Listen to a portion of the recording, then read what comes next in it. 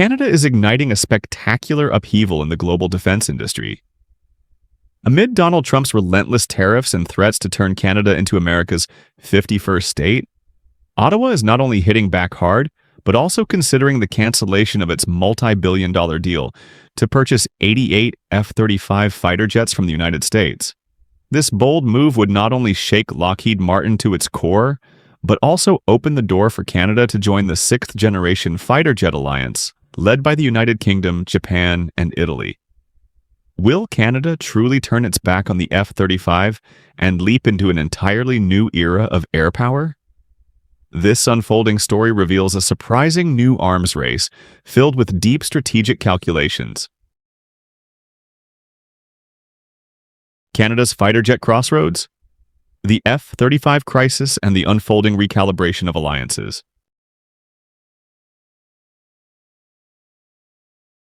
The political winds between Canada and the United States, which have always been marked by a mixture of cooperation and tension, took a sharp turn when former U.S. President Donald Trump imposed a 25% tariff on Canadian goods. It was a dramatic and deliberate escalation, one that symbolized more than just economic dispute. As if that wasn't enough, Trump layered on an additional 10% tax, further tightening the screws and pushing an already strained relationship to the brink. But this dispute has gone far beyond economics. It has evolved into a larger confrontation that touches upon sovereignty, military autonomy, and the reshaping of strategic alliances. Trump's provocative rhetoric, including the audacious suggestion that Canada could essentially become the 51st state of America, served to inflame Canadian public opinion and force Ottawa to rethink its entire posture toward Washington. In response, Canada is no longer simply seeking to defend itself in this trade war. Rather, it is re-examining the very architecture of its military dependencies, starting with a bold move, reconsidering its multi-billion-dollar purchase of F-35 fighter jets from the United States. Specifically, Canada had committed to acquiring 88 fifth-generation F-35A fighters, with the first tranche of 16 scheduled for delivery as early as next year. Now, amid rising doubts about the reliability of U.S. military support, Canadian officials are weighing the possibility of canceling the remainder of the order. This is no symbolic gesture, it strikes directly at the heart of U.S.-Canada defense cooperation. Canada's concern is both pragmatic and deeply strategic. Fears that a future Trump administration could arbitrarily block access to crucial software updates, spare parts, and maintenance support for the F-35s, effectively rendering them grounded. The specter of this vulnerability has opened a much wider conversation about Canada's options, alternatives, and the broader implications for the Western military alliance. So, what aircraft might replace the American-made F-35s in Canada's arsenal? And more importantly, is Ottawa poised to forge new military-industrial alliances that could rewire the country's strategic posture for decades to come? A European pivot, the United Kingdom's enticing proposal. Amid Canada's mounting frustration with U.S. defense policies, Europe, and particularly the United Kingdom, has stepped into the spotlight with a compelling alternative. Seizing this moment of transatlantic tension, London has extended an enticing offer: join the ambitious Global Combat Air Program, GCAP, a cutting-edge sixth-generation fighter jet project led by the UK, Japan, and Italy. While Canada has yet to become an official partner, British defense officials have made it clear that Ottawa is more than welcome. UK Defense Minister Maria Eagle, in an interview with The Times, emphasized that GCAP is open to trusted allies, seeking not only technological advancement, but also deeper strategic collaboration. Canada's integral role in the Five Eyes intelligence sharing alliance is a powerful credential. Expanding that partnership into high-tech military hardware would enhance interoperability while subtly reducing Canada's dependency on U.S.-controlled systems.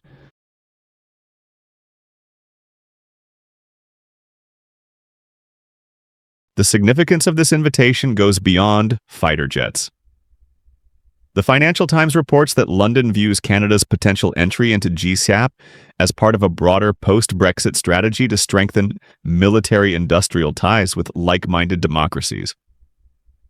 The UK aims to position itself as a hub of defense innovation, and welcoming Canada would bolster that vision while giving Ottawa a seat at the table of next-generation defense development. Notably, the UK's offer closely followed Prime Minister Mark Carney's whirlwind diplomatic tour of Europe, including stops in both France and Britain. During these high-level talks, defense cooperation was front and center. According to Politico Europe, Carney sought explicit commitments from European leaders on joint military research and technology sharing, signaling Canada's readiness to expand its defense posture beyond traditional U.S. frameworks.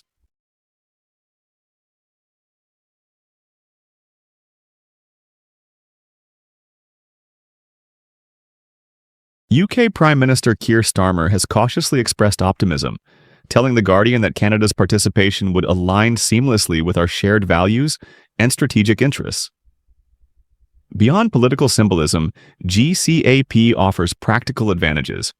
Unlike the F-35 program, where critical software and operational controls remain firmly under U.S. control, GCAP promises shared governance and collaborative development. For Canada, this means not just procuring advanced jets, but also securing access to intellectual property, manufacturing opportunities, and future export potential. Moreover, Defense News highlights that GCAP's broader vision includes targeting export markets beyond NATO, opening new economic avenues for participating nations. For Canadian aerospace companies, many of which have long sought to diversify beyond U.S. contracts, GCAP represents a gateway to global defense markets increasingly wary of American dominance. In essence, London's proposal is more than a sales pitch. It is an invitation to co-create the future of air combat while subtly reshaping Canada's defense identity. Should Ottawa accept, it would mark not just a procurement shift, but a strategic realignment with profound implications for Canada's role in the evolving global security order.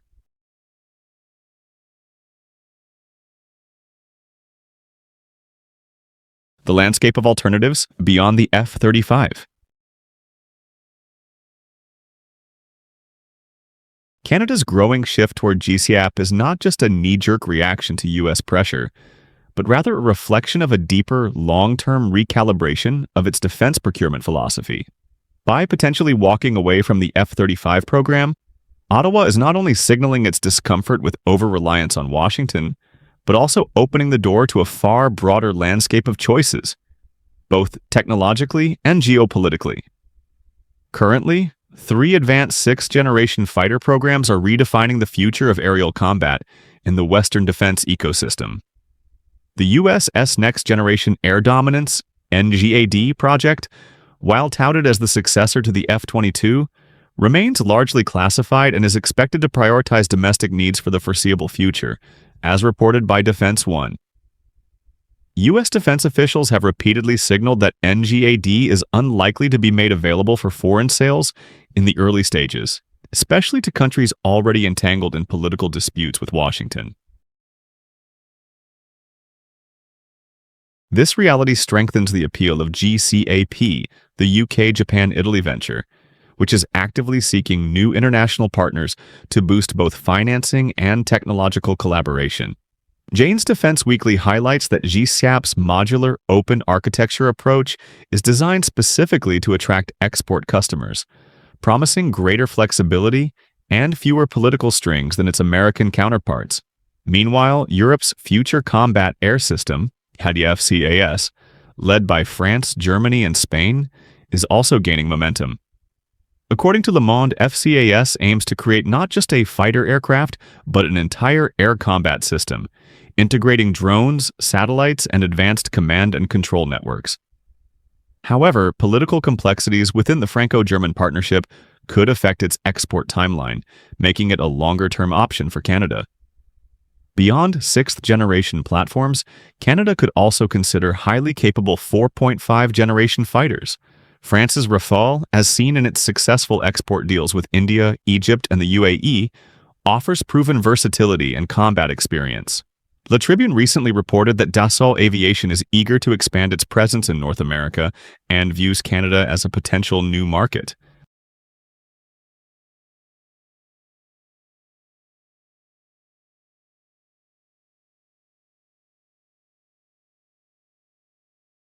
The Eurofighter Typhoon, already fielded by the UK, Germany, Italy, and Spain, presents another strong contender. Its multinational development and operational track record with several NATO allies make it a credible stopgap, or even long-term solution. And not to be overlooked, Sweden's Gripen EF is attracting attention for its affordability and advanced electronic warfare capabilities. As Flight Global notes, Saab has actively promoted the Gripen to countries seeking high performance without political entanglements, and Canada's challenging Arctic and maritime operational environments align well with Gripen's rugged design. While Ottawa has yet to announce a definitive alternative to the F-35, one thing is clear. Canada is methodically engineering an exit strategy from the shadows of U.S. dependency. By exploring a diverse set of options, Canada positions itself not just to modernize its air force, but to reclaim control over its defense sovereignty in an increasingly multipolar world.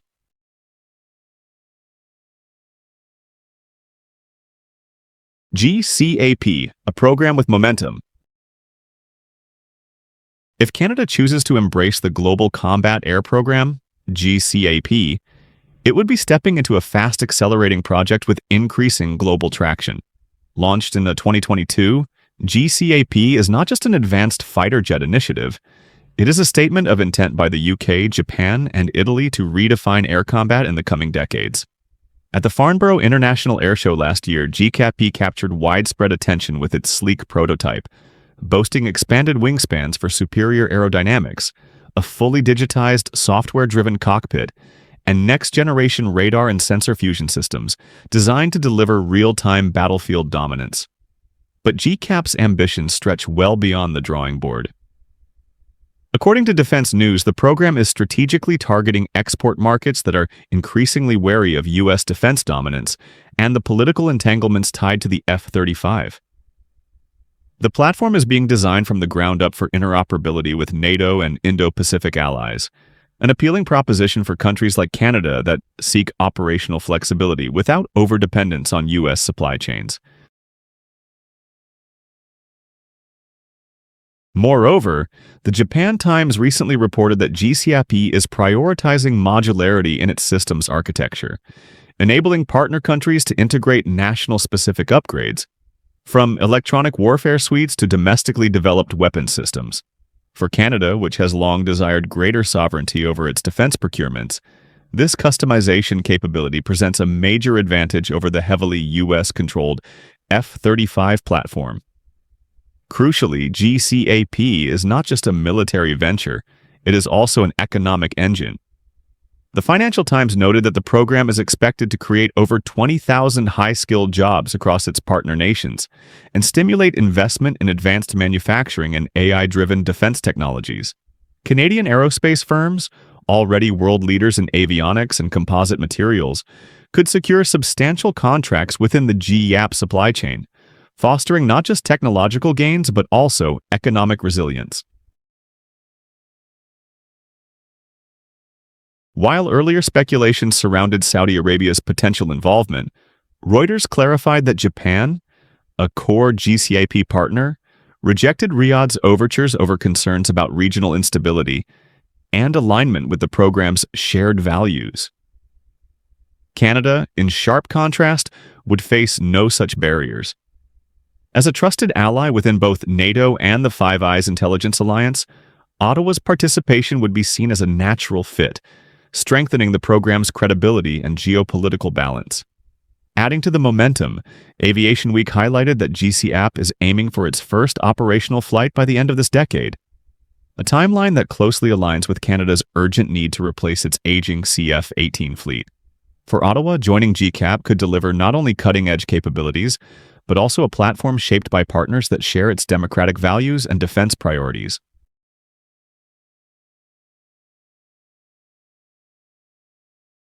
Canada's Air Force requirements and realities. To fully grasp the weight of Canada's potential pivot away from the F-35, it's crucial to understand the operational state and vulnerabilities of the Royal Canadian Air Force, RCAF. Currently, the RCAF operates a fleet of approximately 260 aircraft, including around 89 CF-18 Hornets, customized versions of the U.S. FA-18. These aircraft, originally delivered in the 1980s, have served well beyond their intended lifespan. As noted by CBC News, maintenance costs for the aging CF-18s have soared, and availability rates have dropped alarmingly, with some units cannibalized for spare parts to keep others flying. To patch immediate capability gaps, Canada acquired 18 surplus Hornets from Australia in 2018. While this stopgap measure extended operational capacity, it also underscored the urgency of a comprehensive modernization plan. The original intent behind the F-35 acquisition was to rejuvenate Canada's air defense with stealth, advanced sensor fusion, and deep interoperability with NATO forces. However, concerns over dependency on U.S. political goodwill, especially given Trump's transactional approach to alliances, have prompted Ottawa to rethink its reliance on American hardware. According to Defense News, Canada would require at least 80 to 88 advanced multi-role fighters to ensure operational coverage across its vast territory, including sovereignty patrols in the Arctic, where Russian and Chinese military activities have sharply increased. The Globe and Mail also reports rising anxiety in Canadian defense circles over the growing pace of Arctic militarization, which demands modern aircraft capable of long-range patrol and advanced threat detection. This makes timing critical. Modern fighter procurement cycles are notoriously long, often stretching a decade from contract signing to initial operational capability. Flight Global recently highlighted that even fast-tracked programs like GCAP aim for first delivery around 2035, meaning Canada will need a robust interim solution to maintain its defense posture. Options under discussion include life extension programs for the CF-18s or interim leasing agreements, potentially with European partners like France or Sweden, offering platforms such as the Rafale or Gripen.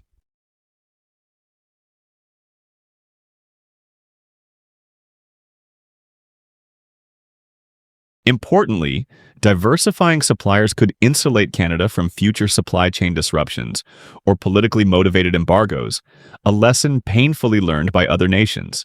Turkey's expulsion from the F-35 program following its purchase of Russian missile systems remains a stark reminder of Washington's leverage over its defense clients.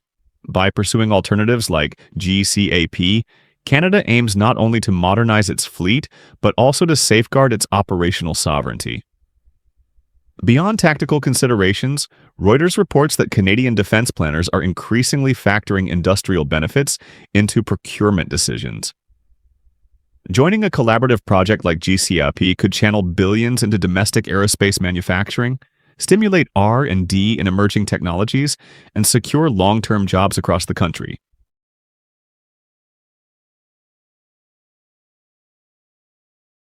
Global discontent with the F-35. Canada is not alone. Canada's anxiety over the F-35 is not unique. Across Europe, murmurs of discontent are growing louder, with concerns centered around a particularly alarming issue, the so-called kill switch. German officials, along with defense experts, have raised suspicions that U.S.-made F-35s may include embedded systems allowing Washington to remotely disable or restrict aircraft functionality. While U.S. manufacturers deny such claims, the very possibility has triggered alarm bells across NATO capitals. German arms firm Hensoldt has publicly warned of this vulnerability, suggesting that American authorities could unilaterally ground foreign-operated F-35 fleets by cutting off critical software access. Former Munich Security Conference chairman Wolfgang Ischinger and ex-defense official Ingo Gaetjens have echoed these concerns, predicting that the export viability of the F-35 could diminish sharply as trust erodes. Germany's own $8.4 billion order for 35 F-35s, finalized in 2022, is now under political review. Deliveries are scheduled for 2026 to 2027, but if Berlin identifies a credible alternative, it may reconsider. New Chancellor Friedrich Merz is already advocating for a clean break from U.S. military exports, viewing defense autonomy as essential for both national sovereignty and European security. Portugal joins the debate. Interestingly, Canada and Germany are not the only nations reassessing their procurement strategies. Portugal, too, has voiced reservations. Lisbon had been exploring the possibility of replacing its aging fleet of F-16s with F-35s, but is now pausing to reflect on the geopolitical ramifications of such a decision. As Portuguese officials candidly acknowledge, purchasing the F-35 is not just a technical acquisition, it is, in essence, a binding contract with Washington. Given the U.S.'s increasingly transactional approach to alliances, Portugal is now weighing whether full alignment with American defense policy serves its long-term interests. While Lisbon has yet to sign any binding agreements or formal procurement letters for the F-35, walking away at this stage would cost the U.S. approximately $6 billion in potential export revenue, a substantial blow to Lockheed Martin and the U.S. defense sector. The Trump factor, tariffs as leverage. If Canada decisively walks away from the F-35 program in favor of joining GCAP, former President Donald Trump, should he return to office, is almost certain to respond with economic retaliation. Analysts widely agree that Canadian energy exports, particularly oil and natural gas, would be the first targets. As reported by Bloomberg, Trump advisors have already hinted at the possibility of revisiting punitive tariffs on Canadian crude, which accounts for nearly 70% of U.S. oil imports from its northern neighbor. However, this time, the dynamic is notably different. Unlike previous episodes where Ottawa scrambled to mitigate U.S. pressure, Canada today appears strategically and economically more resilient. The Globe and Mail recently highlighted how Canada's energy sector has significantly diversified its markets over the past decade, boosting exports to Europe and Asia amid global efforts to reduce dependence on Russian energy. Canada's liquefied natural gas, LNG terminals in British Columbia, expected to come online in 2025, further strengthen this diversification, giving Ottawa more room to maneuver against U.S. trade threats.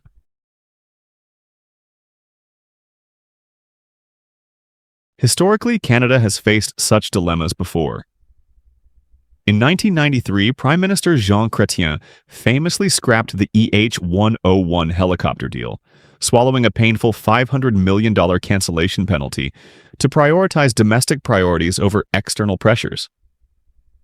Today, however, the stakes are not merely financial, they are deeply geopolitical. According to Politico, Canadian officials view the F-35 entanglement as a symbol of creeping dependence on Washington, one that risks limiting the country's defense autonomy for decades to come. Moreover, as Reuters notes, Canadian public sentiment has shifted markedly since the trade wars of Trump's first term.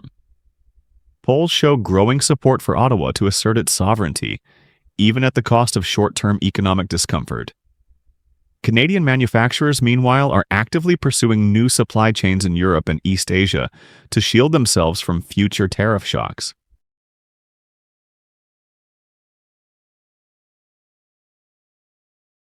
Adding to this strategic repositioning, Canada is also strengthening its alignment with European defense initiatives. Defense News reports that deeper integration with programs like GCAP could open lucrative opportunities for Canadian defense contractors, partially offsetting any losses from U.S. retaliation. More importantly, it signals a bold recalibration of Canada's long-term security and industrial policy. In essence, if Trump attempts to deploy tariffs as a weapon once again, Ottawa appears less likely to fold under pressure. Instead, bolstered by energy diversification, public resilience, and emerging defense partnerships, Canada seems prepared to weather the storm, and perhaps even turn it into an opportunity for greater independence on the global stage. A defining moment for Canadian sovereignty. As the debate intensifies, it is becoming increasingly clear that Canada's fighter jet decision is about far more than aircraft specifications or contract values.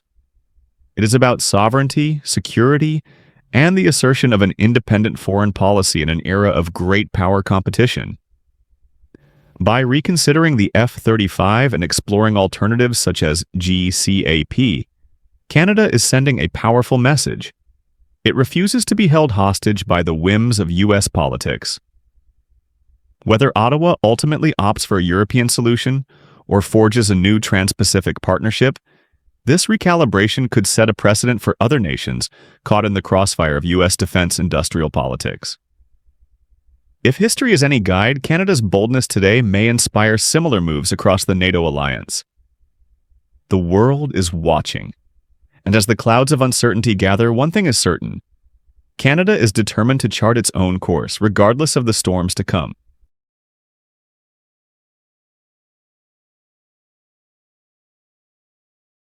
A bold choice is on the table. Stick with the US and the F-35, or break free and join a new era with GCAP. Canada's decision could redraw the map of global alliances. What's your call? Will Canada lead a global shift or risk standing alone? Tell us what you think.